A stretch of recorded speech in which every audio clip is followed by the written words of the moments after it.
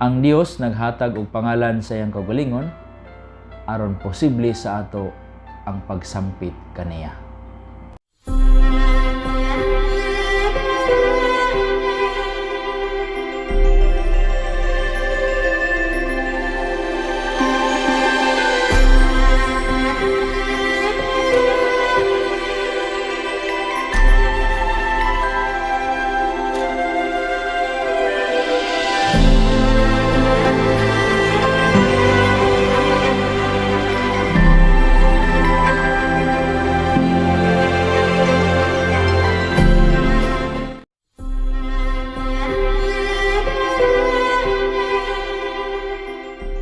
Mayong adlaw kanatong tanan mga igsoon ug welcome nining ato ang katisismo nga atong gikutlo gikan sa libro nga naguluhan Youth Catechism of the Catholic Church.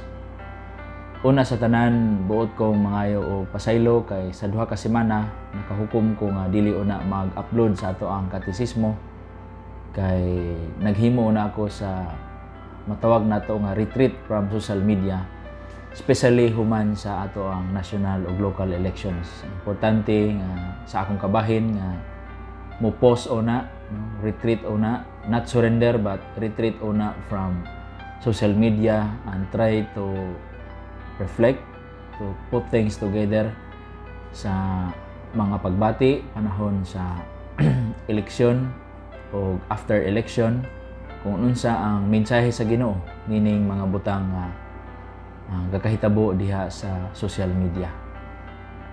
So wala na ako mag-upload sa duha ka semana lakip sa pamalandong sa pulong. Ug karon mga igsoon, we're back. Salamat sa Dios ug magpadayon ta sa atong kabirid sa ato ang katisismo. Ug ikaduha mga igsoon, ang karong gabi unta naka-schedule ang ato ang online event nga naguluhan ang lugar ni Maria sa atong pagtuong Katoliko, the place of Mary in the Catholic faith. Apan nakahukom ako mga igsoon nga ato kining i-reschedule kay buot na ko nga mahimo kining libre alang sa tanan, event nga libre para sa tanan. So mag-post ko later on kung kanus-an nato na siya bagabuhaton nga ang event mahimo nga available libre para sa tanan.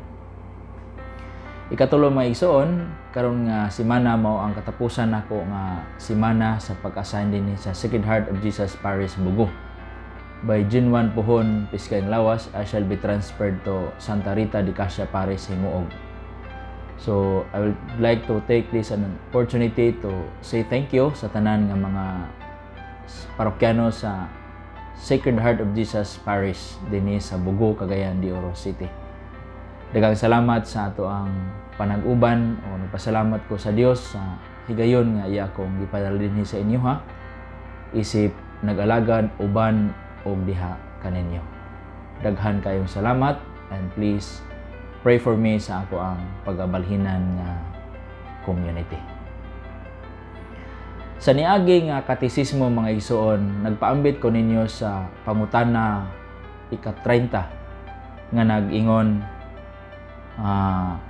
ngano nagtuo lamang kita sa usar ka Dios? Why not duha ka Dios or tulo ka Dios or more than? Nagtuo kita sa usa ka Dios tungod kay matod sa testimonya sa balaang kasulatan, aduna lamay usa ka Dios. Ug matod sa balaod sa logic, dili pwede nga adunay duha ka Dios.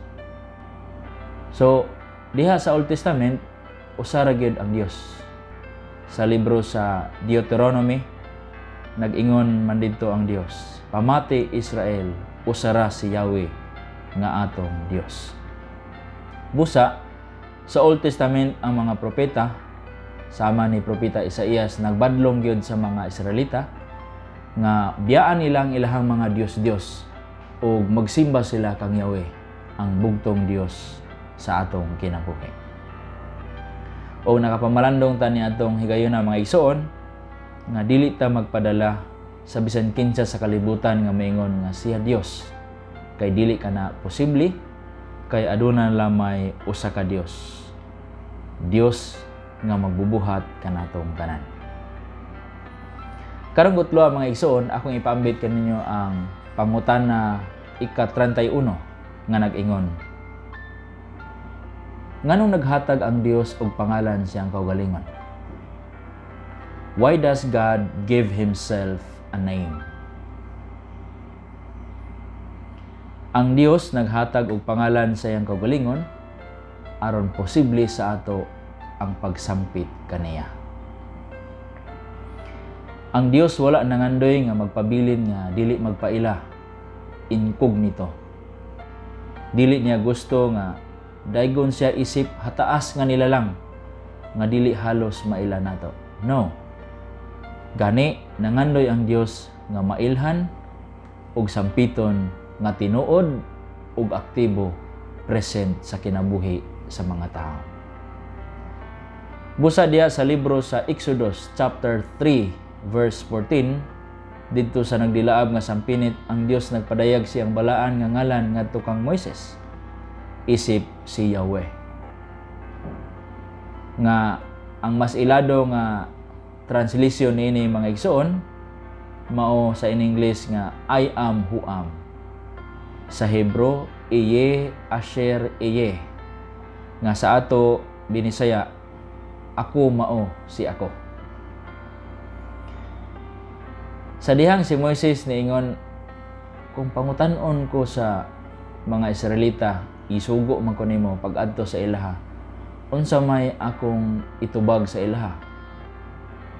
Ingna sila, ningon ang Dios, ingna sila, si ako nagpadala kanako nganha kaninyo. Niya marang maglisod pamigid si Moises og sabot kung unsay meaning ining I am who am, Iye Asher Iye. Ako mao si ako. Gidugangan sa Ginoo pag-explain. Ang Dios, ako ang Dios sa inyong mga katigulangan, ang Dios ni Abraham, ang Dios ni Jacob, ang Dios ni Isaac. Meaning, ako ang Dios nga nag-uban sa inyong mga katigulangan. Dili ko Dios nga layo sa inyo ha, kundi Dios ako nga nakig-uban kaninyo, ug hangtod karon ako makig-uban kaninyo. So mao na ang kahulugan sa pangalan nga Yahweh nga gipadayag sa Dios ngadto kang Moises. So gihimo gyud sa Dios nga posible alang sa iyang katawhan ang pagtawag kaniya. Apan nagpabilin siya nga dili makita nga Dios. Usa ka misteryo apan anaa. A hidden God yet present with His people. Aging pagtahod sa Dios, ang pangalan Dios dili litukon sa mga Israelita. Ang titulo nga Ginoo, kung sa Hebro Adonai, sa Greek Kyrios, nga sa in English Lord, maoy gipuli. Kining maong pulong mausab ang gigamit sa bagong kasabutan sa dihang si Jesus gipasidunggan isip matuod nga Dios. Madunggan nato si San Pablo siyang sulat ngadto sa taga-Roma chapter 10 verse 9, ingon siya, Jesus is Lord. Si Jesus mao ang Ginoo. Busa mabasa nato nga gabalik-balik ang pulong Ginoo isip pagsangpit kang Hesus. Pananglitan sa Ebanghelyo sumala ni San Marcos chapter 12 verses 19 to 20, sa dihang gipangutana si Jesus kung unsa ang labing dakong kasuguan, si Jesus mitubag, pamati Israel, usara ang Ginoo nga atong Dios. Higugma ang Ginoo imong Dios sa tibok mong kasing-kasing, sa tibok mong kalag, sa tibok mong nahuna ug sa tibuok mong kusog. So ang Ginoo maoy gigamit sa pagtawag sa Dios. Dili lang sa Old Testament kundi hangtod diha sa New Testament. Ang mga ebanghelista sama ni San Marcos naggamit sa pulong nga Ginoo isip paghimaya sa atong Ginoong Hesukristo, isip matuod nga Dios. Again, ang atong Dios nagpadayag siyang pangalan aron posible kanato ang pagsampit kaniya. And the fullness of God's revelation of His name is Jesus Christ Himself. Kay siya man ang Dios nga ania uban kanato. Dili lang masampit kundi nakig-uban gyud puyo uban kanato. Siya ang Emmanuel. God is with us.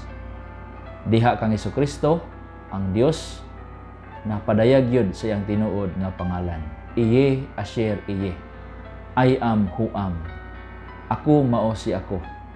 Ang Diyos sa inyong mga katigulangan, ang Diyos ni Abraham, ang Diyos ni Jacob, ang Diyos ni Isaac. Ang Diyos na nakig-uban sa iyang katawhan kaniadto karon og sa umaabot. Thank you so much for watching. If you enjoyed this video, I advise you to share it and to subscribe to my YouTube channel. God bless you.